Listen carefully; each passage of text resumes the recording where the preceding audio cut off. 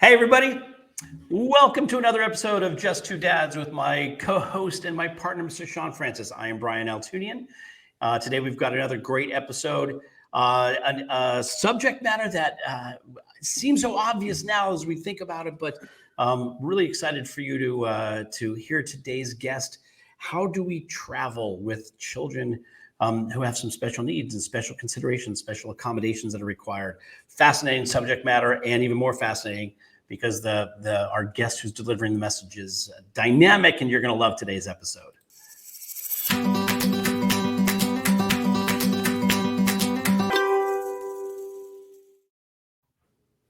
Simple. See that? Hey, everybody. Welcome back to another episode of Just Two Dads. I am Brian Altunian, here with my friend, my partner, my colleague, family, Mr. Shawn Francis. We do this every week. We started this conversation many years ago as Just Two Dads of children with special needs issues, and decided to start our podcast and talk to folks who are servicing that community, because we were amazed by how many amazing folks take their situation and they turn it outwards and serve the community. Today is no exception. And before we get to our guests, I just want to thank you. If you're catching us live on Facebook, please leave comments. We share our comments with our guest. Happy to put them on the screen if they're appropriate for the conversation. If you're not catching us live on Facebook, but after the fact, you can see us on YouTube, on our Just Two Dads YouTube channel. Please subscribe, comment there, share the content with your friends. Let them know, especially if there are subject matters you'd like us to cover. Please let us know in the comments, or you can reach out to us at wearejusttwodads@gmail.com. If you're catching us on any of the podcast outlets, welcome. We always find that there's no gaps. Sometimes I'll listen to a podcast and there'll be like gaps, and I have to look at did my thing turn off? Because I hear Shawn and I are not short for words. So you won't hear any big gaps in our conversation.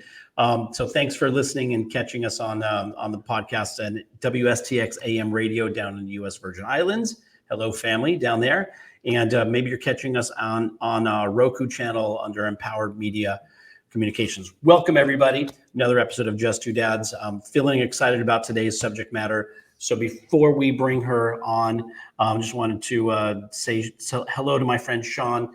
By the way, we have two Shawns. We have Shawn that you see on camera. We have another Shawn Hall, who's in the Hawaiian Islands, who is our producer and keeps us on track. Diane, you may actually see some notes from Shawn going, clock countdown, guys, get going. So thank you, Shawn Hall, for keeping us online and on track. And with that, Mr. Shawn Francis, how are you feeling today?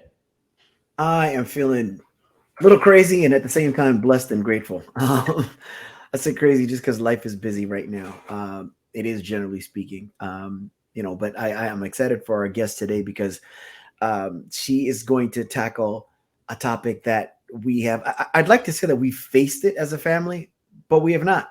We have sort of either avoided it or had it minimized. And that involves travel and special needs. And our guest today is none other than Diane Rambo. Welcome, Diane. Thank you for having me on here. I'm totally grateful to be here today. Thank you so much. Glad to have you. Before we get into your business and the services that you offer and the skills and tips and everything that you can provide, I want to talk a little bit about you. And you probably see yourself as just an everyday person. You saw a problem, you found a solution, you decided to share it with others, and then turn that into a business for yourself. But that's nothing short of a hero, because when our children are diagnosed with any kind of developmental or cognitive delay or something, depending on how severe it is, we have a choice between how much of a fight we give to the life that we have versus how resigned we are to the one that's been thrust upon us. And lots of times that means that the things that everybody takes for granted, going out to dinner or social events and things like that, you pull back on some of those. And sometimes when you're minimizing your life, you don't realize how much of it you are minimizing, how much of it you're settling for. So this speaks to life thriving and personal development outside of just special needs. But doing what you do, you're a hero, and we want to hear about your story. All heroes have powers, and powers come from their origin. So let's dive right into how you came to be, how you were raised, and those are the things that obviously affect how you deal with the diagnosis and the things that that come along with that. So let's start with that. Well, growing up, I was actually born in a military family, and my entire family has practically been in the military, some shape or form. And we Hmm. traveled a lot. I was actually born overseas, so I am biracial. And there are a lot of ethnic differences that I had to face when I came to the States on my dad's side of the family. And Hmm. I was really confused in the fourth grade. So you would think that's pretty old to be going through those types of changes rapidly fast. And my mom Okay. never really raised us to understand the differences between ethnicities and race. She never made that a big deal at all. She just taught us to love one another. And Hmm. so I dealt with kind of the struggles of where did I belong? And that kind of goes into how I kind of got to this point is because when I actually had my daughter, I had her at a young age. I was a teenage mom and Hmm. literally was walking across stage pregnant. And my daughter ended up being born prematurely. She was born anywhere between 22 to 25 weeks. Wow. I've had experience babysitting before, but having your own is totally a different beast. Oh Yeah. yeah. And so I kind of didn't have my mom after fourth grade. And I had my dad's side of the family that were raising us. And I kind of was learning some of their dynamic, but mostly from the peers that I was around, is where I was learning how to be a lady or how to act or how to perform in school. And I was a little torn because people made fun of me because of how Hmm. I was so smart, but I was also different because I didn't look like everybody else. And So, go ahead. well, so I was just going to say, so what's your mom's country of origin, just so we understand some of these differences then? So my mom is Korean and my Okay. dad is African American.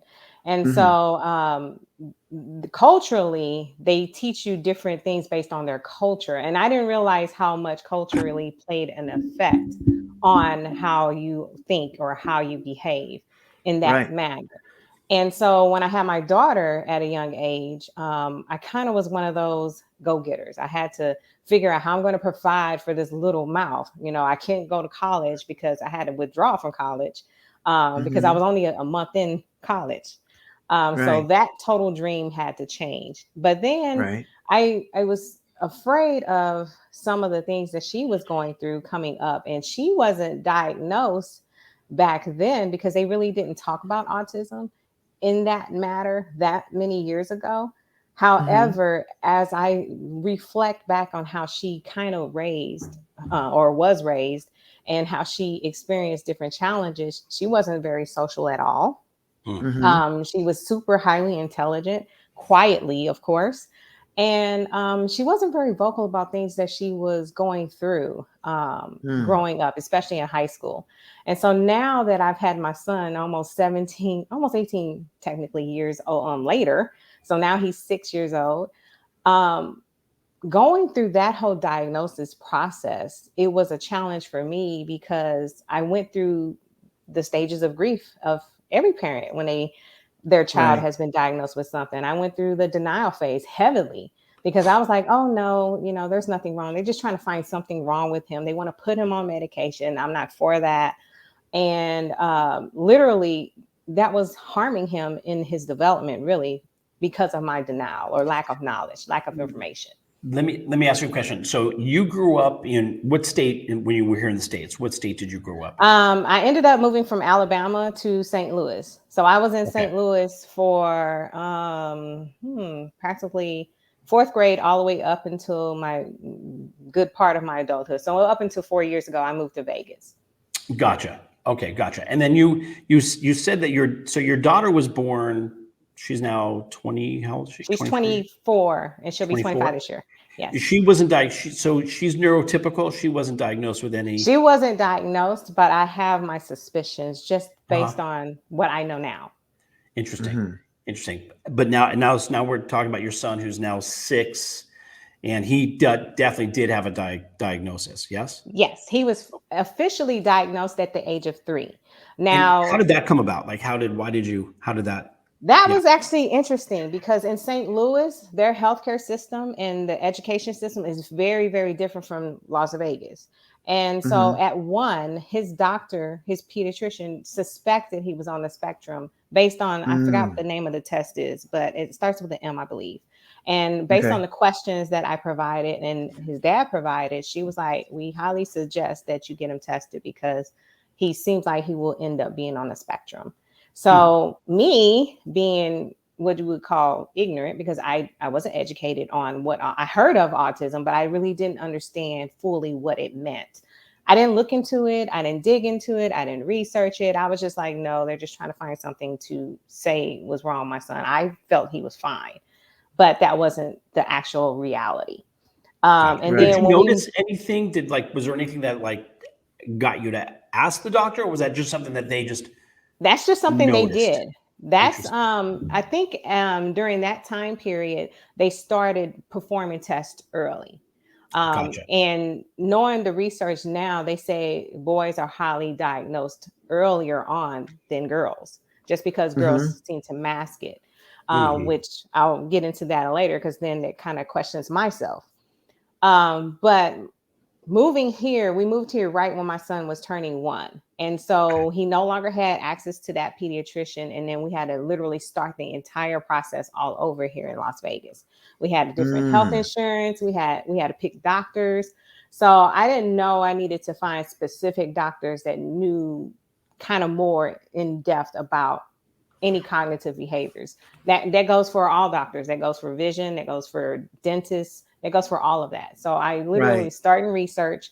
I found a pediatrician that seemed like she was a good fit. And she actually is a good fit currently. But she did not recommend getting him tested at that point. It wasn't until going through registration for preschool here, which is close to the age of 3, is when they officially diagnosed. So every test that they kind of ask questions, if you will, they were saying, oh, he had behavior issues there. Let's do ABA, let's do occupational therapy, let's do a little bit of physical, because they thought maybe his fine motor skills was a little off. And then I was like, his fine motor skills are actually perfect.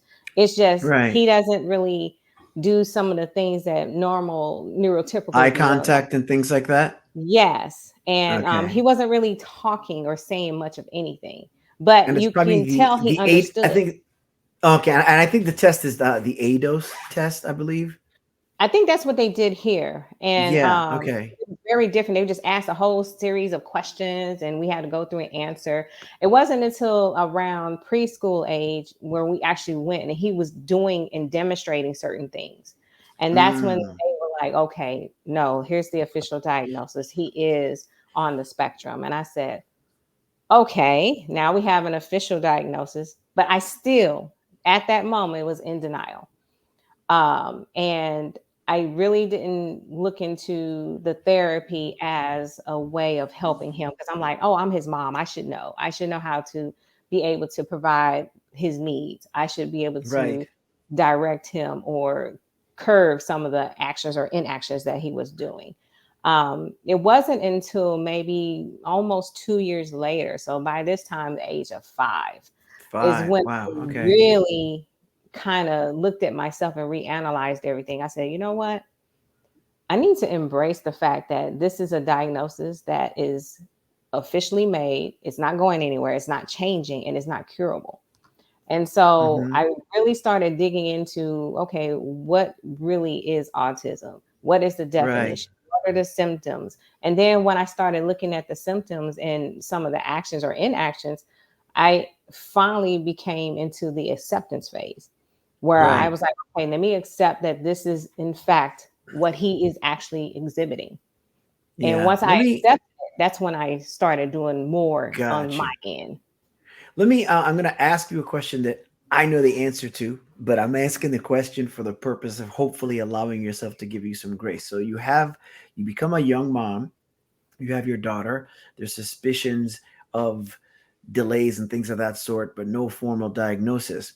And then you have your son years later. And now at this point, obviously from a relationship standpoint, you've gone through being in a relationship to now being a single mom for a portion of the time when his diagnosis and everything comes about too, correct?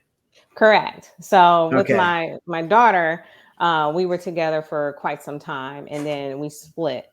And then Mm-hmm. I met my son's father many, many years ago. And then that's the reason why I came to Vegas, was because of him. And we were together for many, many, many years. And during the whole diagnosis phase is kind of where it really, really became a rift. Gotcha. And it was more so because, again, it's a little bit of ethnic differences on how he really viewed the diagnosis. He viewed it more so that it's the parent's job to get him to be able to perform XYZ. And then I had the view on, no, I can only do so much.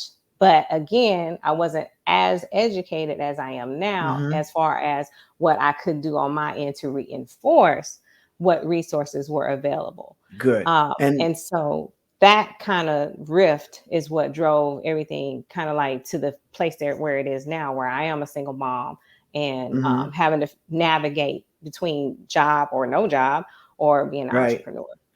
Well, that's the first thing that I want you to do is as I was saying, which I hope will allow you to give yourself some grace, which is that I have the benefit of, in an imperfect world, being part of a great team with my wife, but we are human beings. So that is not a picture of perfection. And, I can be a challenge. We all can be a challenge. We work together and work through things.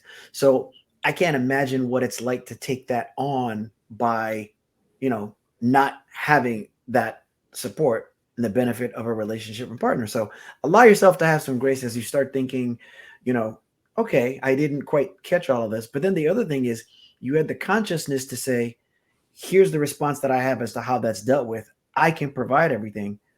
And then you realize, wait a minute, I need some help. And if you both don't feel that way, what are you to do? So don't be any more difficult on yourself than necessary. Thank you for sharing that, because that's actually at a point I'm at now.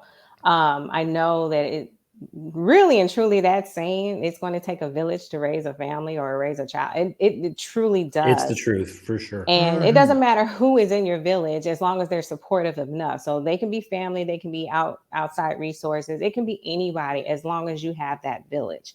And that's Right. something that now I'm seeing I'm going to have to create, because I have no family here in Vegas. I'm literally here on my own with my son. And my daughter, she's grown, but she stayed back in St. Louis and she's living Mm-hmm. her life.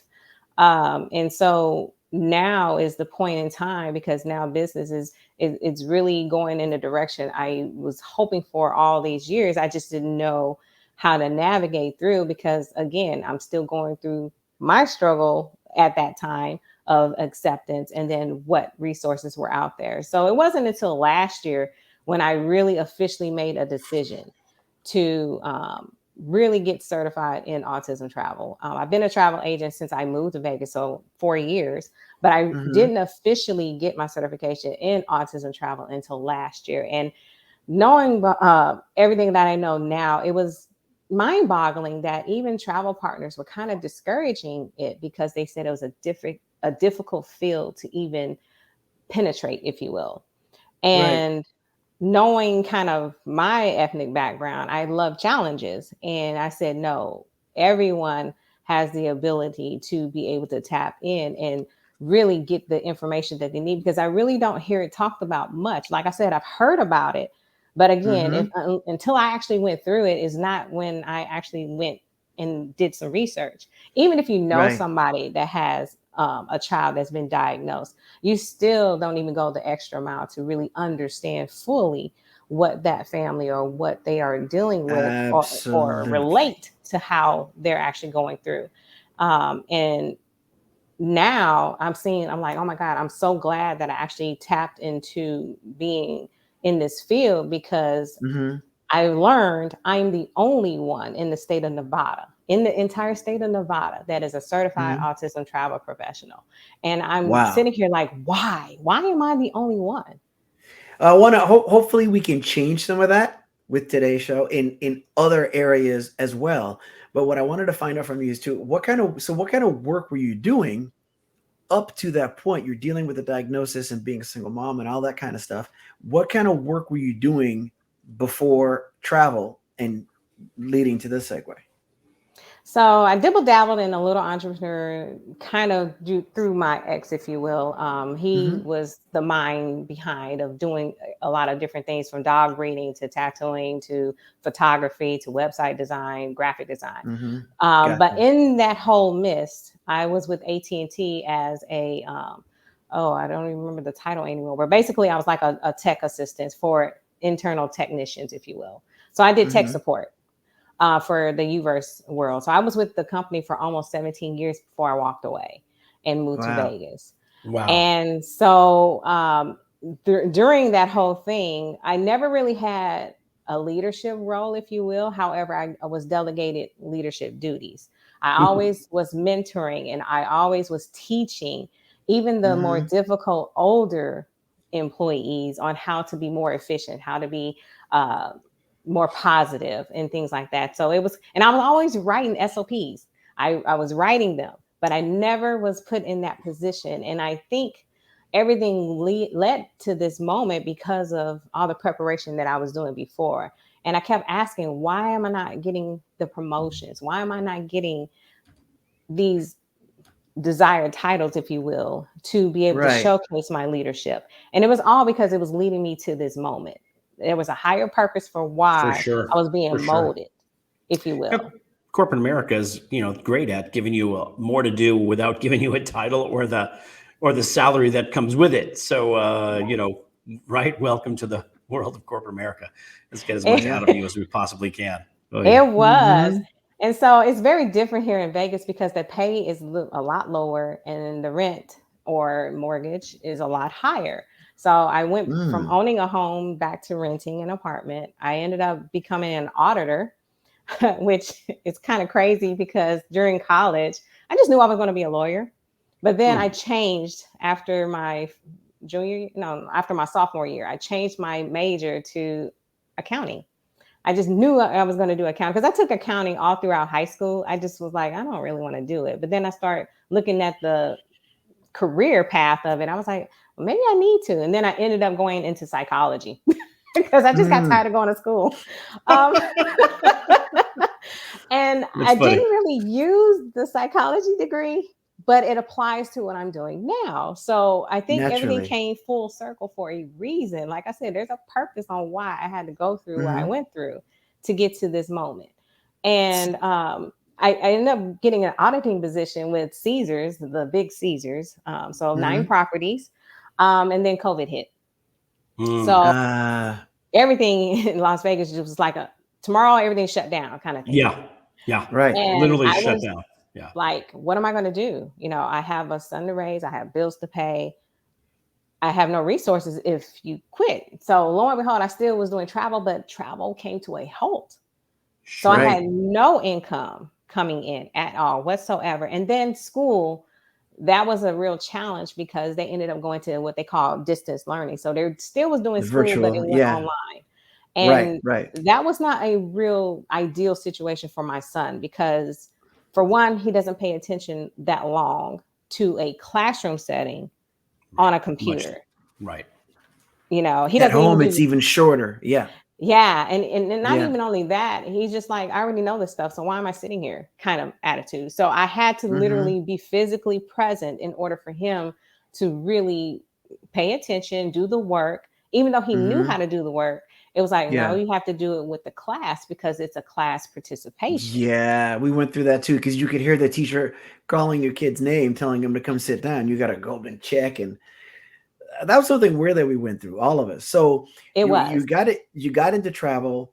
So I'm assuming you were doing travel while you were still working for Caesars. At Caesars. Yeah. Yes, Yeah. I was doing that S- part time. So I didn't really do it full time or fully engulfed myself into the full entrepreneur world until after COVID. Right. So Okay. tell us then, because it's funny. Anybody that watches the show, knows that we strive to be empathetic and try and step in other people's shoes and ask questions about people's situation and make less judgments. But as human beings, we're so conditioned to check out our perspective. When you're in a group photo, the first person you look for in the picture is you.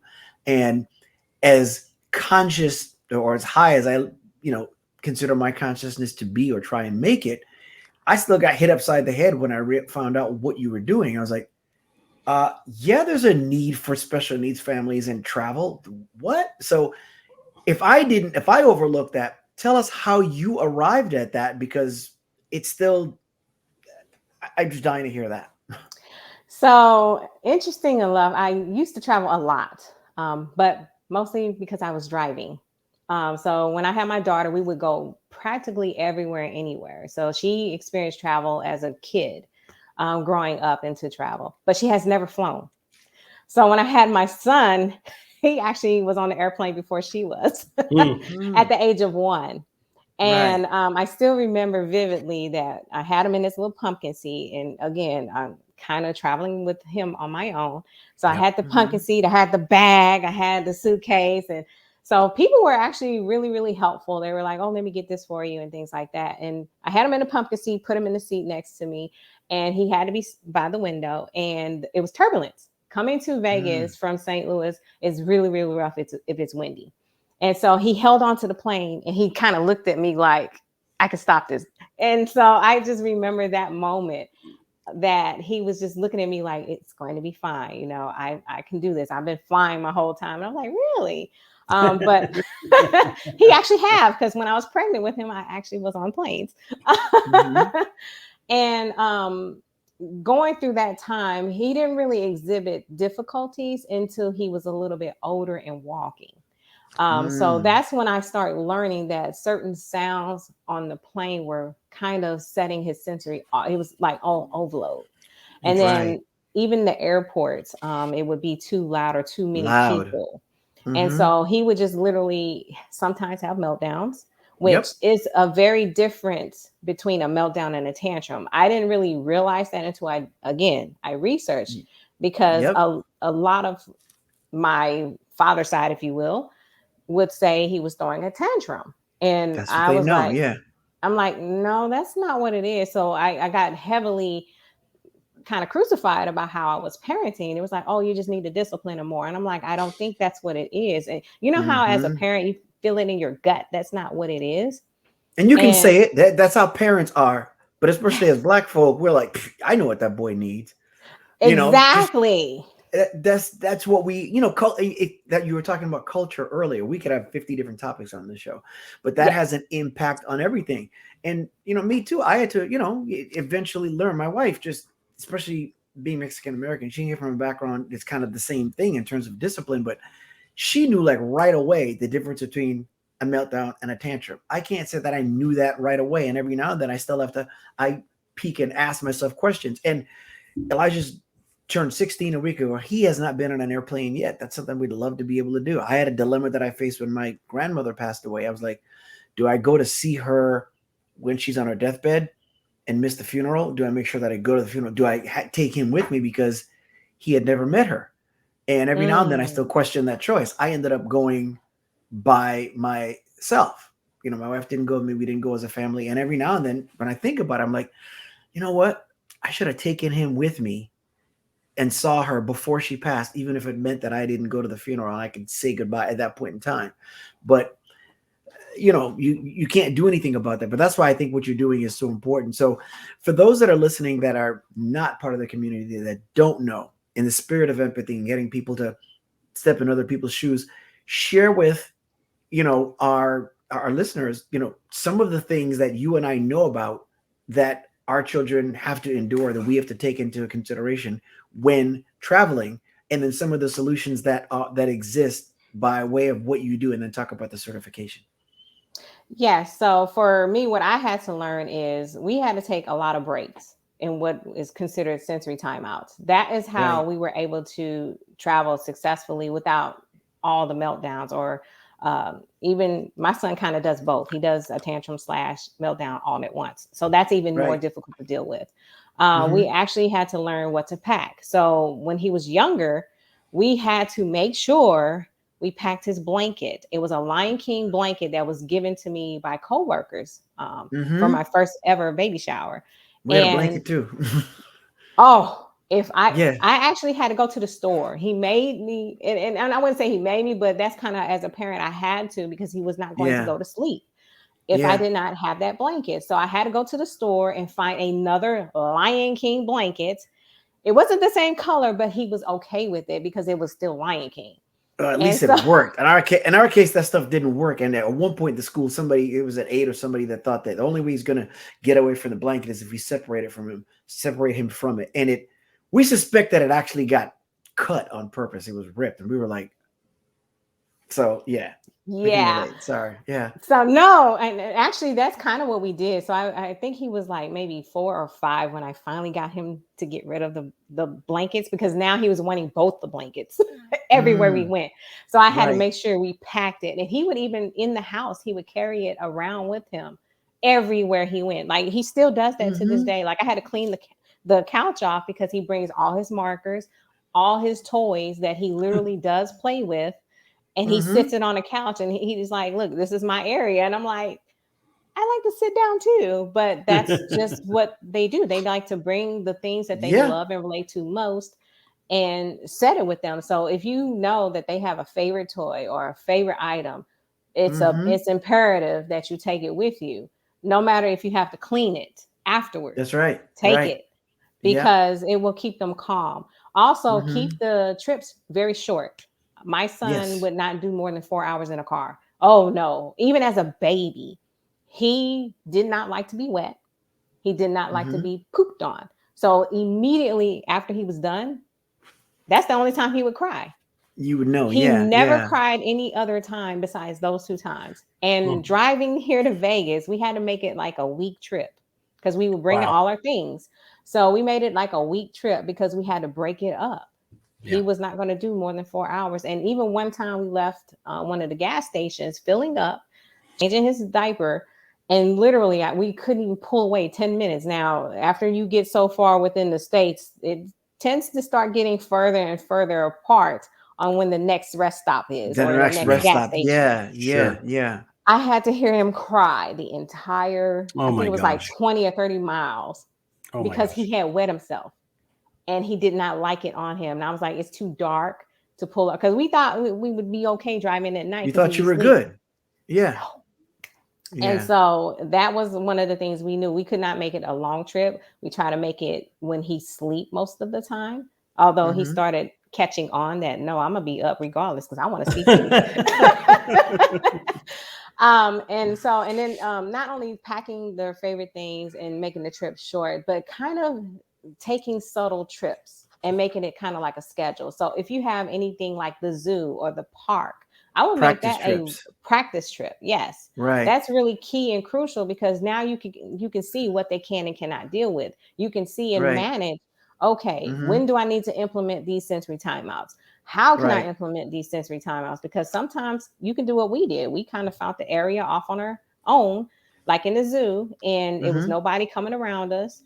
And we could be fine for 10, 15 minutes. You may actually learn that, no, I actually need a quiet room, which there are places for that, which we'll get into. You can take them to a quiet room and have them 10 or 15 minutes, however long it takes for them to feel back secure and safe and kind of mellowed for you to continue the trip. And make sure you just make time for the trip. And what I mean is literally, you might think that it might take an hour at this place. Be flexible. Because your best laid plans will change. And that's the one thing that autism in particular will teach you. If you're a person that is like, A-type personality, which is this, we have a schedule, we're going to do this by this time.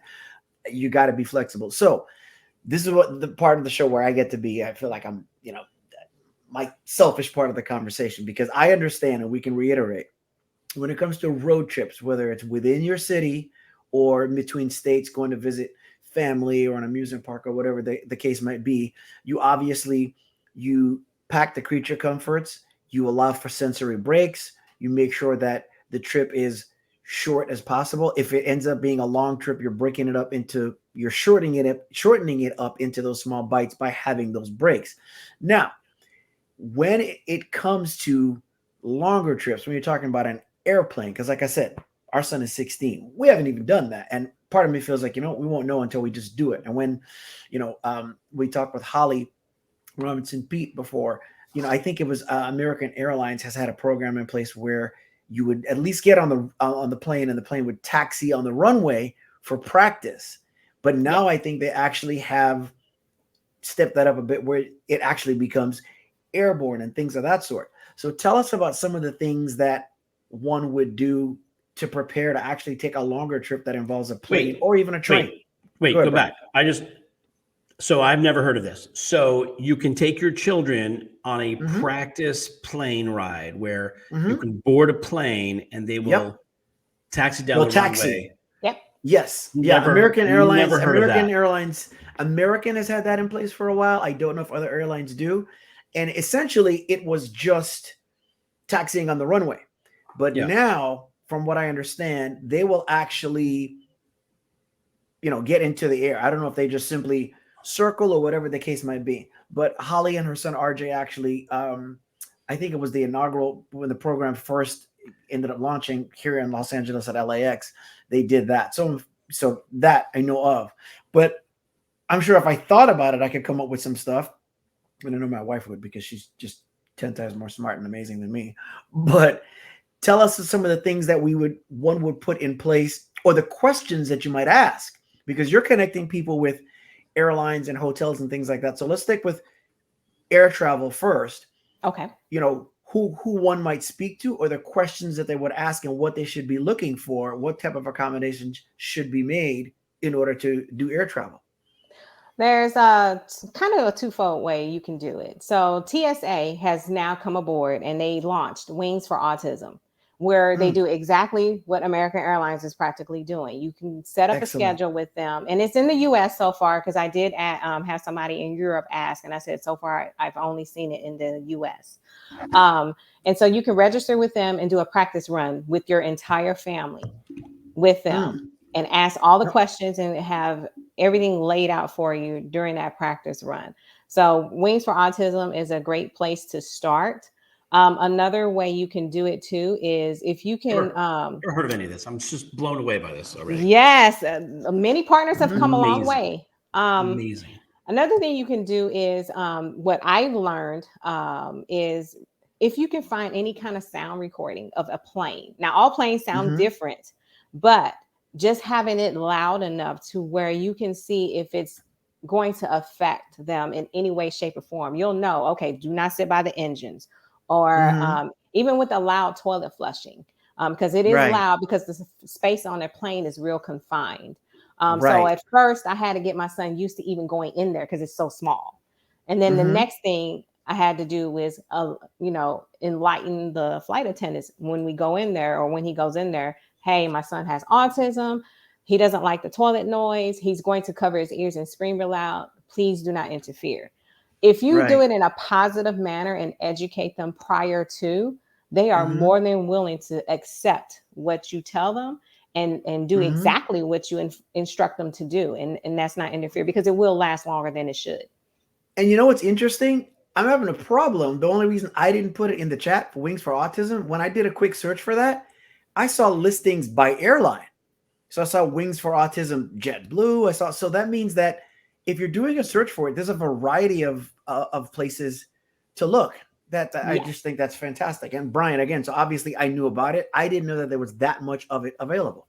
Yes. And that's TSA altogether. So TSA has, and that's the Transportation Security Administration. They're the one that heads that. Interesting. That program.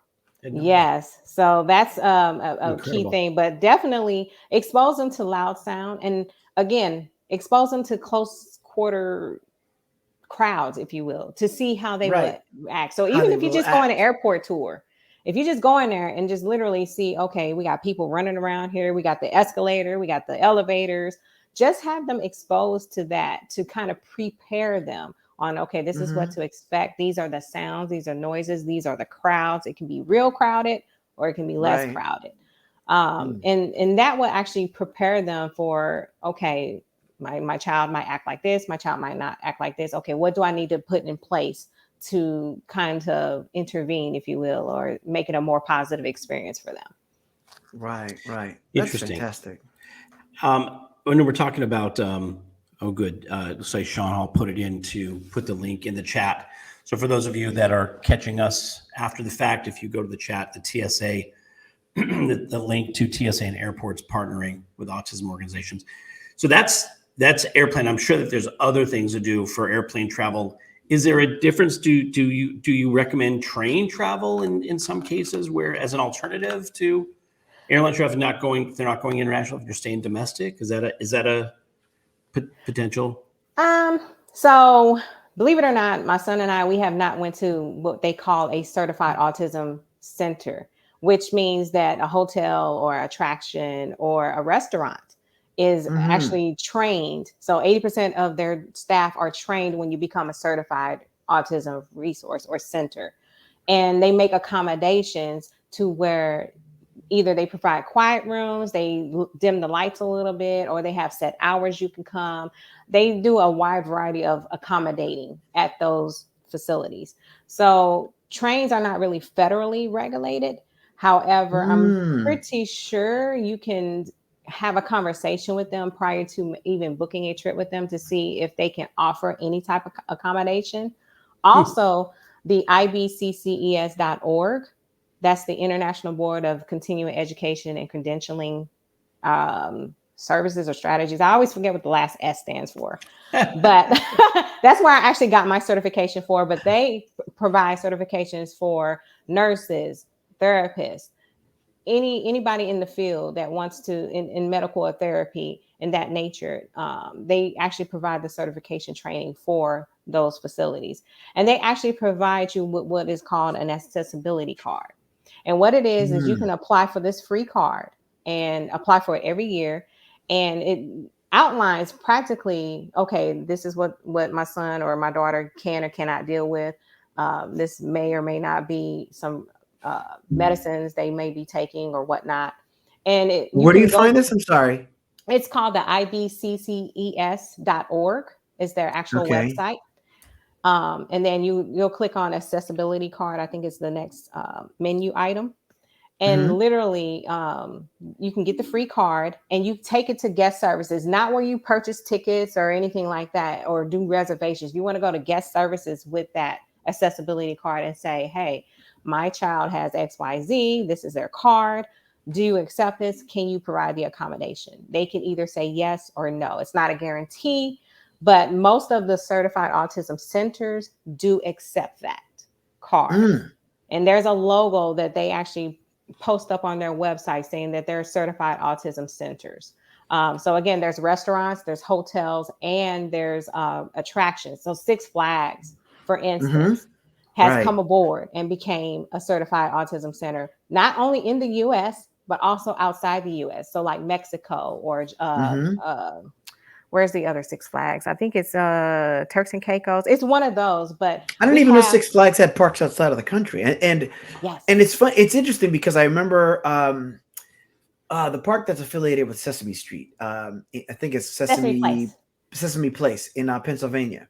They were the first ones that I heard of that became certified. I have not heard of anybody else doing that. And I think what that means is, you know, again, I think that all of us, and when I say all of us, I'm not talking about all of us with, you know, that raise someone with disabilities. I'm talking about the human part of the human experience is to have a battle for our attention, right? There's a fight between the life that we have and the one that we want. And very often the one that we have gets most of our attention, and the one that we want is getting beat up. So as a result, we kind of settle with where we are. So unless somebody decides to kind of stand up and step outside the box, you're not going to necessarily research or ask these questions, especially depending on the level of challenges that you're facing as a result of a diagnosis or disability. You're like, here's where we are in life. We're not going to try. But for those that decide, well, let's see, you know, ask some more questions, because I'm finding out just in this conversation that there are more resources available than we realize. And so you don't know until you ask. And the one thing I would add and offer, and I'm sure you would concur with this, because we realize this when it comes to certain foods that our son eats or certain experiences when we go places, that fight between the life you have and the one that you want. The life that you have is all you know. The one that you have consists of people accepting your son or your child being in a situation that's not as challenging. And you don't know what's going to take place unless you try. And so very often we'll be like, I can't believe he ate that. I can't believe that he didn't have a sensory issue. And that's, wait a minute, I was more worried than he was. And so the same thing applies when it comes to these resources that are at our disposal. Reach out and look at some of these resources and links that are in the chat if you're looking after the fact, and click on them, find out, ask questions. And then, you know, some providers, especially from a business standpoint, which I want to talk a little bit about what you do personally as far as your business goes, you know, there are businesses from an entrepreneurial standpoint that are not just dollar-based, but difference-based and want to make both a dollar and a difference and just don't know. And if presented with an opportunity to become certified and things of that nature, they'll step forth. Just like some might be like, no, we don't know about that. So in that regard, tell us a little bit about what you do, what the experience is like. If we decide, my wife and I said, you know what, we're tired of sitting around and being fearful about what might take place, let's book a trip someplace. Where does one start with you? Yes. So with me, first we would book a call. I would ask some intimate questions. So if we can be open with one another and be direct, that will actually help me be able to curate something that works for you and your family. Then we would go over, okay, where would you like to start? Have you started anywhere? Because that would kind of curate where we should start first before we talk about spending more and more dollars. Because travel, you know, it's the economy has changed. So prices have gone up. So you definitely want to make sure that it's going to be not only frugal enough, but accommodating enough for fitting your lifestyle and needs at that moment. So you may not be prepared to be on a plane. You may not be prepared to take a 4-hour car drive yet. You may just be at a point where you just want to, okay, let's start with the park. Let's start with the zoo.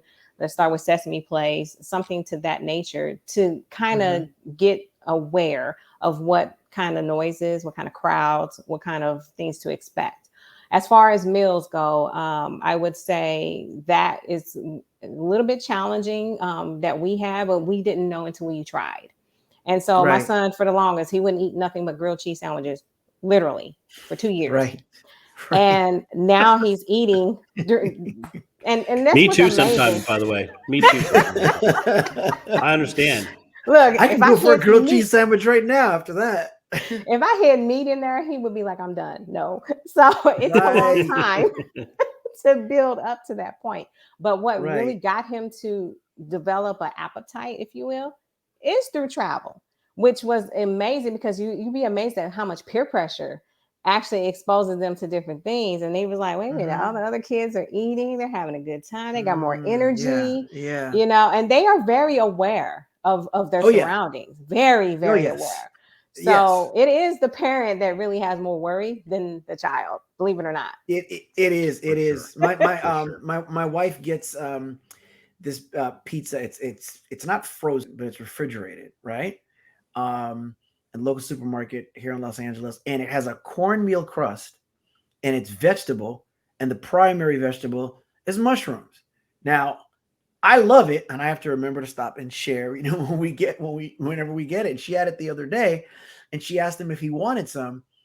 And if he doesn't come up with the idea, it's not a good one. So she asked him if he wanted some. He's like, no.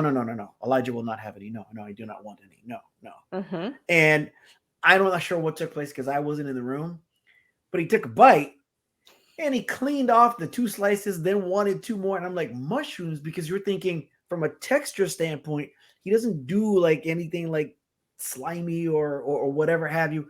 He loved it. And it's just like everything else where we don't know. So we'll say that over and over. And I think we probably need to make sure that we say this in every episode, Brian, telling people just, you never know, because it's life as well, which is you never know if you don't try. Just get in front of a different experience and give it a shot. We never know. Yes. And, you know, that's amazing that however he got to try it, that now he's literally wanting to eat it and want more and ask for more, because that's exactly what you want them to do. You want them to develop that social skill to where they're asking for things. And they're like, you know, now to this day, my son's like, oh, mama, I want to try this. Or, oh, mom, can I taste it? Sometimes he'll just snatch it off my plate. And I'm like, wait a minute. I didn't think you would like it.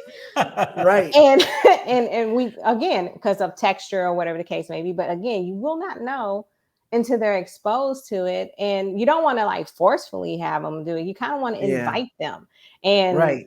during this whole travel experience, that's what really opened his eyes. And that's what got him to saying, I want to try this. I want to try that. And so there's video of him saying, I want to eat pasta. I want to eat spinach. I'm like, whose kid is this? That feeling that you get when they're enjoying something new, there isn't enough money in the world and in history to put a price on the value of joy that you get because it's one thing when they're eating their favorite thing, because you always have a battle between what's best for them versus what they like. And if they're eating something that's junky, which you know that they love it, and you see the smile on their face, that gives you a certain feeling. But if you know that it's something that's good for them and they chose it as well, yes, that's something else. So we, believe it or not, we're at before you get there. I just wanted to make sure. So Diane, your site, destinedadventures.com, can people go there and schedule a consultation with you if they're interested? Okay, great. Yes. So there's a form to fill out to get an email, or they can click on a thing to schedule a 15-minute free consultation. Yeah. Yes, or they can just do contact me or contact us, or I think that's what I titled it. And Yeah, I think you have literally, that in I will there. get in touch with them. Yes. And you also have a Facebook page. Yes. Right. I have so a you've got Facebook page. My Destined Adventures, which is another one. Mm-hmm. And then last thing, you also have a TikTok. Yes, TikTok is actually where most of my families are. And so I get a little more personal on there. You get to see day-to-day activities. And then every now and then I'll highlight some things that is going on. So you would definitely get an in-depth look and see exactly how I go about my day with my son. Your story and Beautiful. journey. Great. Yes. And I was going to ask those things leading up to the question, because the other thing I want to know, I'm sure people will find that out when they go to the site. So the areas of travel that you focus on are what aside from air? I do it practically all: air, lodging, resorts, air, lodging, sea, train, excellent, car. fantastic. Yes, I do it Good. all. So, and I'll know exactly what travel partners are certified, because there is a list and they're steady adding to it. So that was my next question. Great. That's fantastic. Great. Yes. Because again, excellent. Overseas is coming aboard. So that's a Right. huge thing. Yeah. Great. For sure. Great. Yeah. Beautiful. Well, I told you this was going to go fast, right? We're at the point in the show where we ask the question that is as follows. You know, our ability to change the world is going to be based on, in some way, great or small, our ability or willingness to change ourselves. So with that said, give us one example of a thought or a belief that you once felt very strongly, but now no longer believe to be true. My experience of how kids interact and how parents interact with their kids. I thought, and I had this huge thing, that discipline was a lack thereof if their child was acting up, not putting myself in their shoes, not knowing the full scenario, or not even being informed or educated by the parent. Because if you really want acceptance and awareness to really, really take fold, to be inclusive, it's going to take a village, again, to educate and inform. Okay, my child is this, and this is what does this, or whatever the case, because everyone that's on the spectrum is different in every aspect, no matter if they're on the same end or not. They're all still different.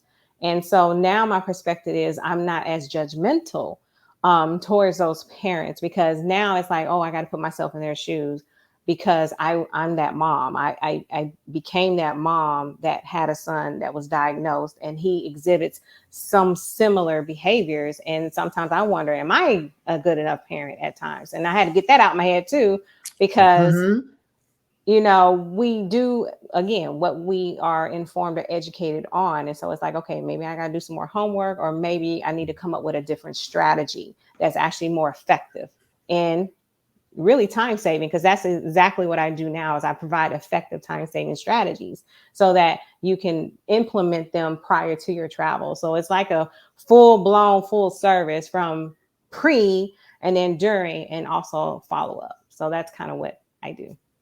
Excellent. Do you charge for your services as a consultant, or do you get paid by the?